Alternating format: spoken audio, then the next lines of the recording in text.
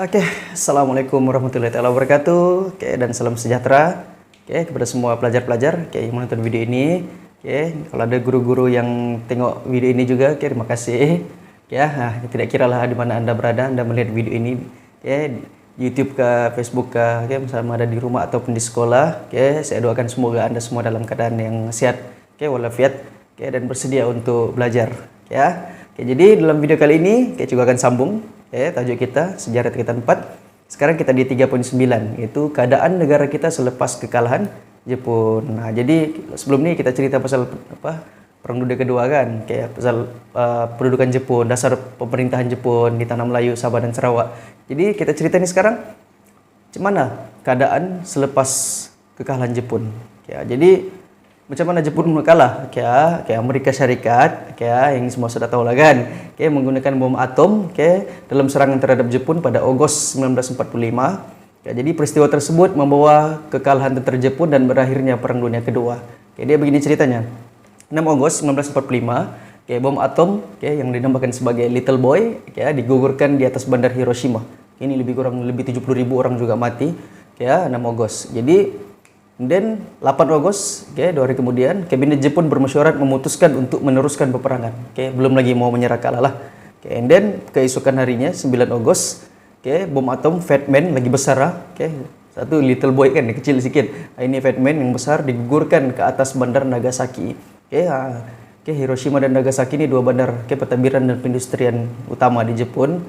Dan lepas minggu 15 Agustus 1945, Maharaja Hirohito mengumumkan Jepun menyerah kalah, dan Jepun meminta agar Maharaja terus diiktiraf sebagai pemerintah dan dipersetujui oleh pihak bersekutu. Jadi pihak bersekutu ini yang British, Amerika kan, Prancis semua kan, musuh-musuh Jepun nih dan Jerman nih.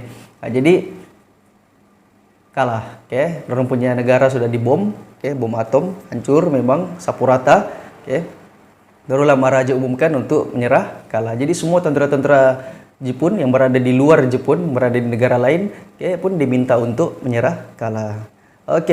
Jadi kalau tengok peristiwa pengeboman di Hiroshima dengan Nagasaki ini memang agak mengerikan lah. Kamu boleh tengoklah di mana-mana di YouTube History Channel Discovery Channel, banyak dicerita. Banyak video sebenarnya. Banyak saksi-saksi yang masih hidup sebenarnya sampai sekarang. Walaupun orang sudah tua lah, mereka mampu masih ceritakan bagaimana ngerinya serangan bom atom nih. Kalau kita tengok video pun memang satu bom saja hancur ya. Dalam film apa tuh Arya? X-Men. Cerita X-Men yang diselamatkan satu orang tentara Jepun tuh kan. Memang teruk lah. Begitulah situasinya sebenarnya. Digambarkan dalam film. And then ini ada satu info penting di sini, di-mention, Dato' Haji Abdul Razak bin Abdul Hamid yang dikenali sebagai Razak Sensei, merupakan rakyat negara kita yang terselamat dalam peristiwa pengeboman Hiroshima. Beliau ini berusia belasan tahun semasa menuntut di University Hiroshima. Jadi beliau nih, Dato' Haji Abdul Razak ini belajar di Hiroshima. Masa itu kena bom. Macam mana dia boleh selamat? Tuhan masih panjangkan umurnya. Tuh, dia belajar orang tanah Melayu yang belajar di Jepun. Mau gak pergi Jepun? Itu salah satu saya punya impian juga lah, mau pergi Jepun sana, mau tengok. And then seterusnya, lepas Jepun menyerah kalah, Lord Louis Mountbatten, pemerintah tertinggi tentara bersekutu di Asia Tenggara, mau cepat-cepat lah balik ke tanah Melayu. Tapi tidak dibenarkan, ditunggu upacara menyerah kalah yang rasmi lah. Jadi pada 3 September 1945 barulah British turun mendarat di tanah Melayu. Jadi ini ada nih gambar surat pernyataan menyerah kalah tentara Jepun kepada tentara bersekutu yang ditandatangani oleh Lieutenant General Shishiro Itagaki, pemerintah tertinggi tentara ekspedisi Jepun wilayah selatan, dan Lord Mountbatten, pemerintah tertinggi tentara bersekutu di Asia Tenggara. Jadi pas itu nih gambar ini pendaratan pertama tentara British di Pulau Pinang 3 September 1945, 3 minggu selepas Jepun menyerah kalah. 3 minggu. And then apa nih? Ada juga nih gambar seterusnya pemerintah tertinggi Jepun ke-37 Lieutenant General Masao Baba menyerah kalah di Surrender Point, Labuan, 10 September 1945, ini adalah Labuan.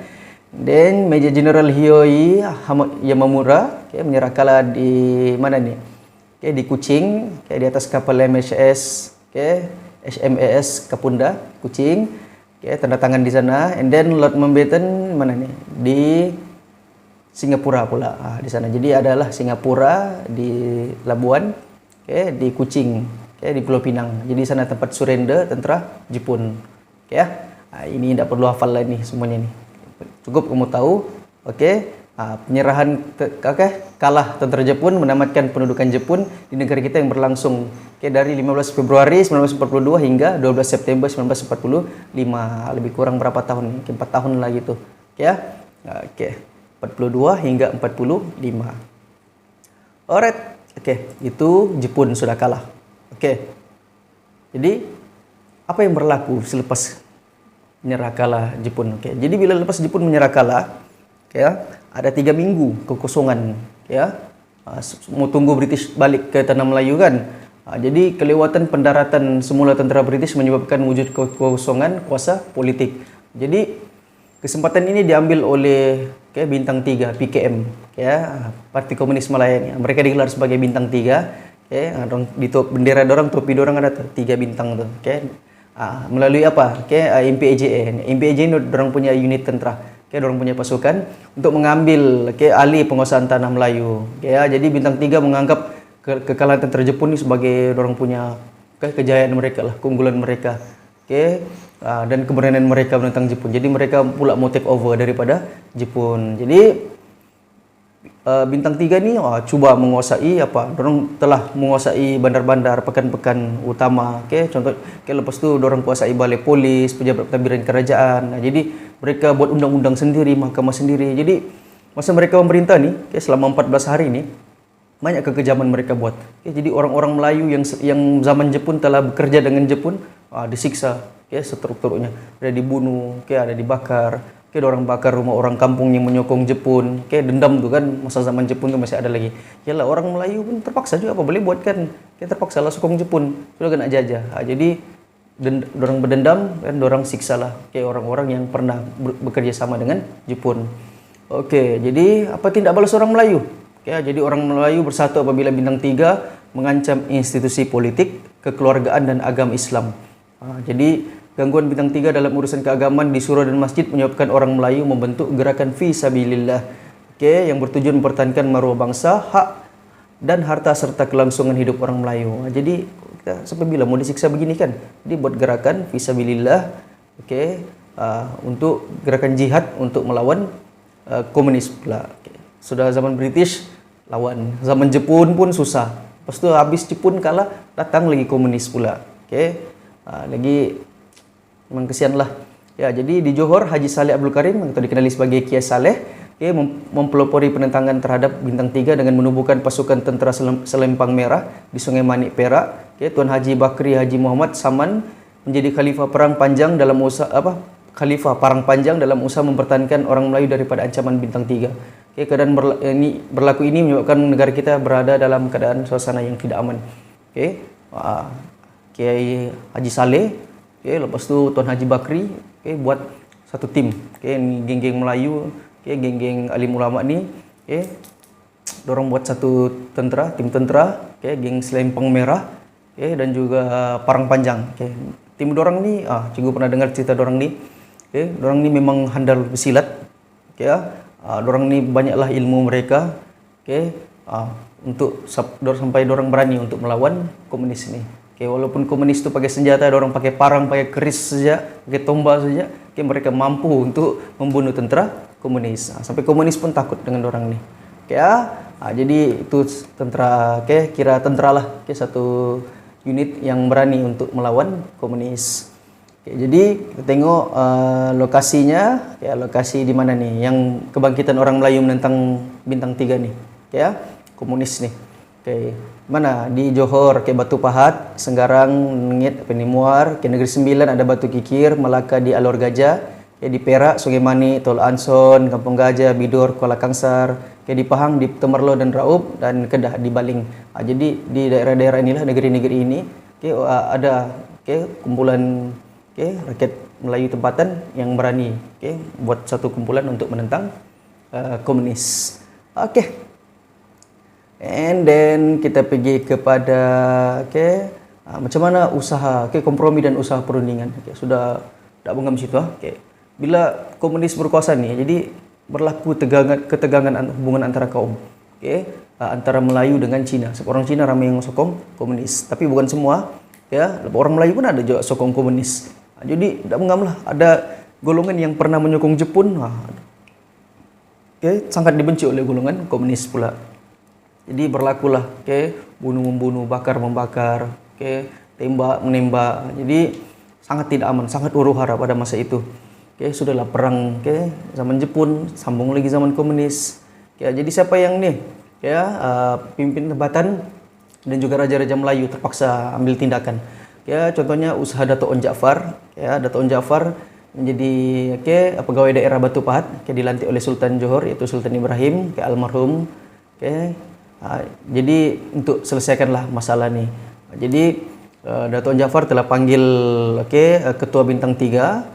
Lepas tu dipanggil juga Kiai Saleh untuk runding. Kita stop perang ni, sudahlah. Dah aman negara kita begini ni. Jadi tentera Kiai Saleh punya tim ni, dia tangkapkan tentera komunis tu kan, yang dia tawan tu, dia lepaskan. Lepas tu komunis pula menghentikan penguasaan mereka di Balai Polis Batu Pahat. Jadi adil lah, sama-sama menyerahkan tawanan. Jadi orang pun respect dengan Dato' Onn. Jadi dua-dua ni komunis ni, bintang 3 ni dengan tim Kiai Saleh ni ikut rundingan tu, bersetuju dengan rundingan. Orang tengahnya Dato' Onn Jaafar. And then peranan raja-raja Melayu. Raja-raja Melayu pentinglah untuk menyatu padukan penduduk. Jadi contohnya Sultan Pang, almarhum Sultan Abu Bakar, iaitu Din Al-Muazzam Shah, telah berangkat ke Kuala Lipis untuk mengingatkan penduduk agar tidak berlaku lagi pergaduhan. Turun supaya orang Melayu semua orang Cina ni jangan bergaduh lagi. Sebab bila Sultan yang cakap, Sultan yang bertitah, tidak kira lah Melayu ke Cina, India, semua orang akan dengar. Jadi itulah pentingnya institusi beraja kita. Itu pemimpin kita. Jadi dan di Perak pula Sultan Abdul Aziz Al-Mutasim Billah telah mengadakan lawatan dan pemantauan ke beberapa daerah bagi memastikan tidak berlaku pergaduhan antara orang Melayu dan orang Cina. Baginda melawat beberapa kawasan terlibat untuk berjumpa dengan pemimpin setempat. Mesyuarat dengan penghulu, ketua kampung, pegawai kerajaan, supaya untuk setelah untuk stop lah bergaduh ni. Bagaimana pula di Sarawak? Di Sarawak ketegangan kaum berlaku di beberapa tempat sebelum pendaratan tentera Australia pada 11 September 1945 di Kadoit. Tentera bersekutu ini diambil dari Australia.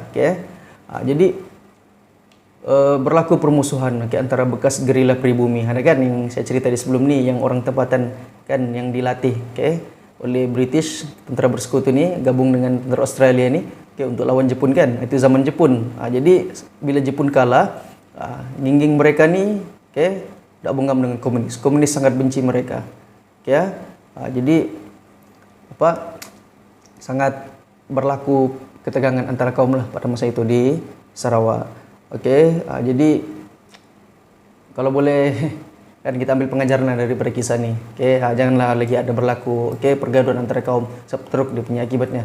Sebab bila berlaku pergaduhan antara kaum ni bukannya bergaduh mulut saja, bukan kutuk mengutuk begitu saja. Ini sampai bunuh membunuh sekali. Kita coba elakkanlah tu. Jadi Perang Dunia Kedua ni, Perang Dunia Pertama dan Perang Dunia Kedua ni meninggalkan kesan kehidupan yang besar terhadap tamadun manusia. Orang hidup zaman tu memang teruklah dia punya kesan. Seluruh dunia merasai dia punya kesan negatif. Jadi memang siapa yang hidup zaman itu, Perang Dunia Pertama, Perang Dunia Kedua, memang sangat sengsara lah. Memang sangat susah lah kehidupan pada masa itu. Yalah, perang di mana-mana kan, nampak orang mati. Yang paling tension sebenarnya siapa? Golongan tentera itu sendirilah. Kan muda-muda lagi, baru umur 18 tahun, 17 tahun sudah diantar pergi perang. Berperang bukan ni, kau punya kebarangkalian untuk balik hidup-hidup tu memang sangat nipis lah. Maksudnya kau ready untuk mati sudah. Saya pun tak sanggup lah untuk jadi macam tu kan. Oke ya. Jadi sebagai masyarakat yang bertamadun, yang kita nih yang hidup zaman modern nih, yang kita tidak sempat merasai zaman perang itu, pertama kita perlu syukur lah, syukur. Dan kedua kita perlu hargai lah, keamanan dan kemajuan, keamanan dan kemajuan yang kita rasain sekarang nih, hasil perjuangan, nenek moyang kita yang bermati-matian berjuang, hidup tersiksa untuk memperjuangkan kemerdekaan kita. Jadi settle untuk bab 3, settle bab 3, konflik dunia dan pendudukan Jepun di negara kita.